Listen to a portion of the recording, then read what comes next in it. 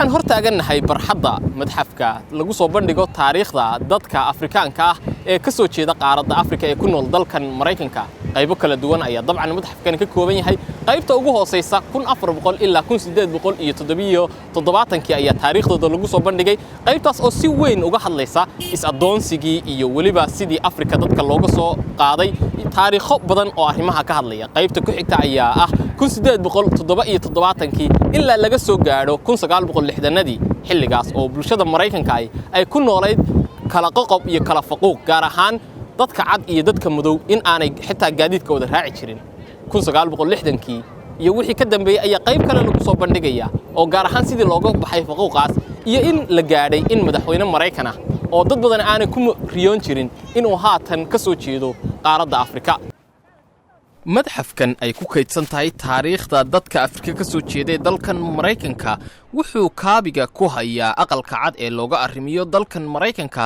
sidoo kale waxa uu dhinaca ku hayaa taalada ay caanka ku tahay magaaladan Washington madxafkani wuxuu ka tarjumayaa taariikh iyo marxaladaha kala duwan ee ay soo mareen dadka madowga ah ee ka soo jeeda qaaradda Afrika waxaa ku kaydsan in ku dhow 37,000 oo shay oo laga keenay meelo badan oo caalamka ah oo qaaradda Afrikana ay ku jirto hirgelinta madxafkani wuxuu maanka dadka madow ka guuxayay boqolkii sano ee ugu dambeeyay hase ahaatee waxay riyadaasi rumowday markii uu Kongareeska Mareykanku ansixiyay isla markaana uu qalinka ku duugay sanadkii 2003 madaxweynihii xilligaas xukumayay dalkan Mareykanka George W. Bush waxaase xiise gaar ah yeeshay in uu dhammaaday madxafkani xilli uu aqalka cad ka arrimiyo madaxweyne madow ahi waa Barack Obama taariikhda mucda weyn ee ku kaydsan madxafkani waxay ka soo bilaabmaysaa xilligii adoonsiga dadka madow iyo sida qaaradda Afrika looga soo raray dad gaadhaya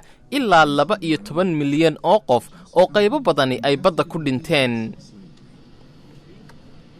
waxaa madxafkan yaalla katiinadihii iyo silsiladihii lagu xidhi jiray dadka madow ee laga soo qaaday qaaradda Afrika inta badweynta laga soo gudbinayo ilaa laga keenayo goobo lagu hayo dadka madow oo ku yaalla gudaha dalkan Mareykanka John Franklin wuxuu ka mid yahay mas'uuliyiinta sarsare ee madxafkan wuxuu 10kii sano ee ugu dambeeyay gucle ugu jiray sidii ay riyadani u rumoobi lahayd Franklin ayaa sharaxaad ka siiyay taariikhda ku kaydsan madxafkan wariyaal ka socday qaybta Afrika la hadasha ee idaacadda VOA oo dhawaan booqday madxafka So you had a house built during slavery.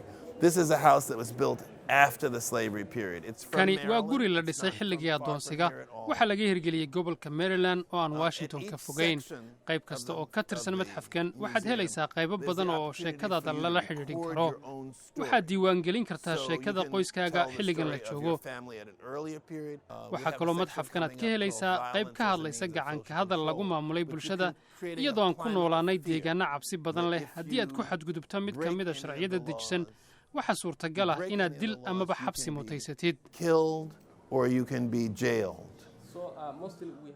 halkan waxaan ku aragnaa sharciyo kala duwan oo ka hadlaya kala qoqobka bulshada taas maxaad nagala wadaagi kartaa gaar ahaan marka laga hadlayo gobollada koonfurta oo dadka caddaanka ay awoodda lahaayeen halka dadka madow aan loo ogolayn xataa inay hanti yeeshaan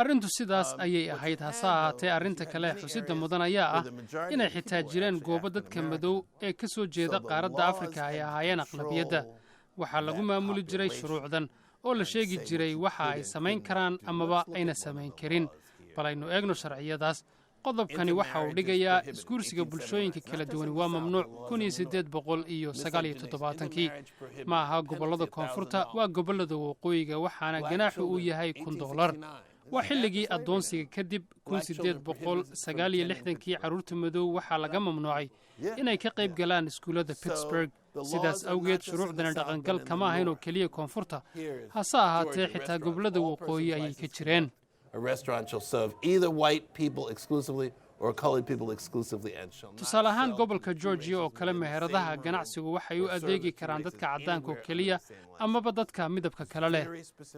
Isla qol adeeg looguma fidin karo dad caddaan ah iyo kuwa madow ah. Behind you you have examples of segregation. This is a sign that's telling you that this waiting room is dhabarkaaga for whites waxa ah only. calaamado These are the tusaale ka signs bixinaya you see. kala qoqobka bulshada. calaamadani waxay tusaysaa meherad caddaanka keliya loo ogol yahay, tanina waxay tusaysaa in rakaabka cad oo keliya halkan loo ogol yahay.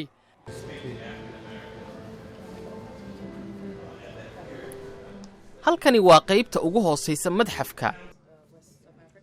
hareerahaaga haddii aad jalleecdona waxaad soo xasuusanaysaa taariikho hore oo murugo badan xambaarsan. tusaale ahaan katiinaddan waxaa lagu xidhi jiray dadka madow xilliga laga soo qaadayo qaaradda Afrika. alaabooyinka halkan yaalla badankoodu waxay ka tarjumayaan taariikho badan oo murugo xambaarsan. We're leaving the slavery and freedom section and entering the era of segregation, which goes from 1877 after the Civil War to 1968, the time when Martin Luther King haddii was aad qaybta assassinated. xigta u soo kacdo waxay ka hadlaysaa waayihii xigay iyo sida nolosha dadka madowga ah ee Maraykanku ay ahayd. So our largest artifacts are this segregated railroad car to your right and the guard tower from the Angola prison. tareenkan oo kale wuxuu astaan u yahay kala qoqobka ka dhex jiray bulshada Maraykanka ah.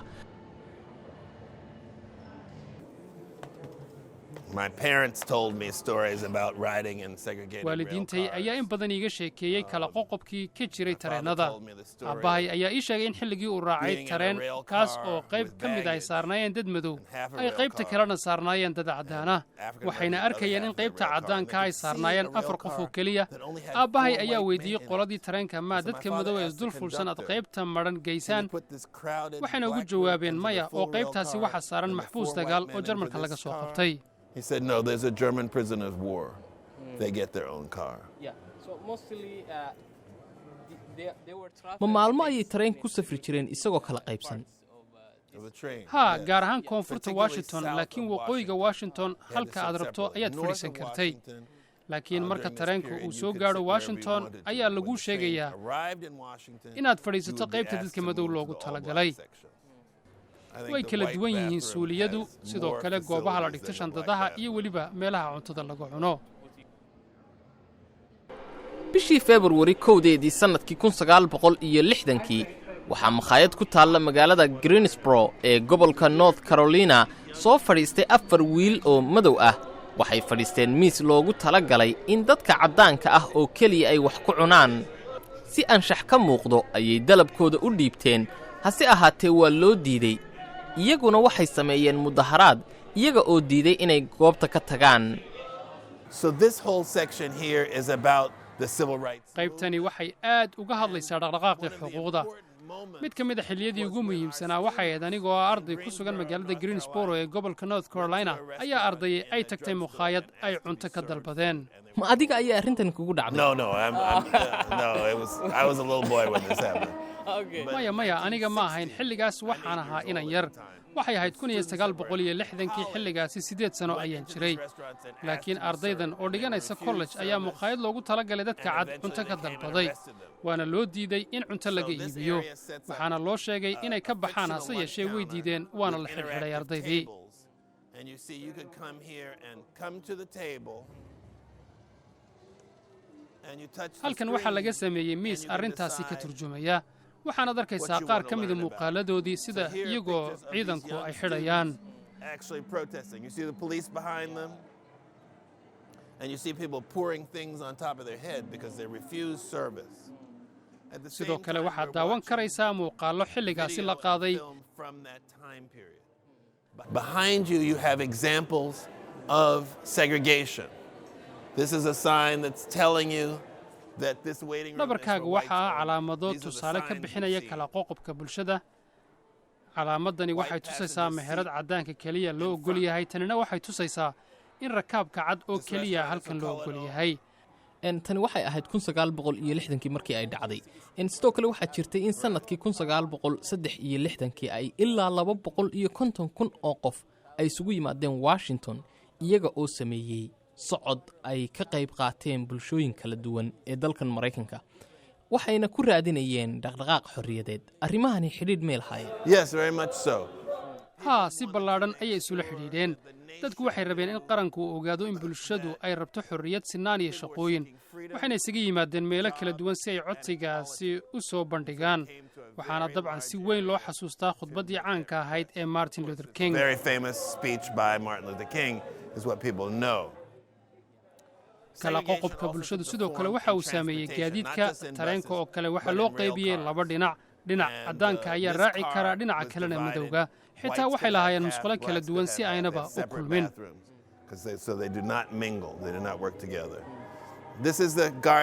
kani waa meeshii laga ilaalin jiray xabsiga Angola kaasoo shaqada bilaabay qarnigii 19aad ilaa haatanna xabsigaasi wuu shaqeeyaa. xagga dambe waxaa ku yaala tiyaatar lagu magacaabo gacanka hadal si loo xakameeyo bulshada. sheekooyinkan murugada leh ee kiciyey kacdoonkii xorriyadoonka waxaa ka mid ahaa dilkii Emmett Till. waxa uu ahaa wiil 14 jira oo ka tegay Chicago waxa uu booqanayay eheladooda oo ku nool Mississippi. Emmett ayaa lagu eedeeyey inuu faduuliyey gabadh caddaan ah, arrintaasi oo ka cadhaysisay bulshadii caddayd. habeenkii ayaa loo soo dhacay waana la dilay, meydkiisina webiga ayaa lagu tuuray. tusaale ahaan marka aad qaybta xigta ee taariikhdaas aad u soo gudubto waxaad u imanaysaa xilli dadka ka soo jeeda qaaradda Afrika ama dadka madow ee ku dhaqan dalkan Maraykanku ay heleen xuquuq kala duwan ilaa ay ka gaadheen in ay hoggaamiyaan dalkan Maraykanka, taas oo ahayd riyo aan xilliyadii hore suuragal ahayn. marka aad taariikhdaas soo dhex marto oo aad timaado qaybtan ugu dambaysa ee haatan taagannahay waxaad u imanaysaa xilli madaxweyne madow ahi uu ka arrimiyo dalkan Maraykanka, waxayna muujinaysaa dadaalka iyo jidka dheer ee ay soo mareen dadka madow ee ku nool dalkan Maraykanka.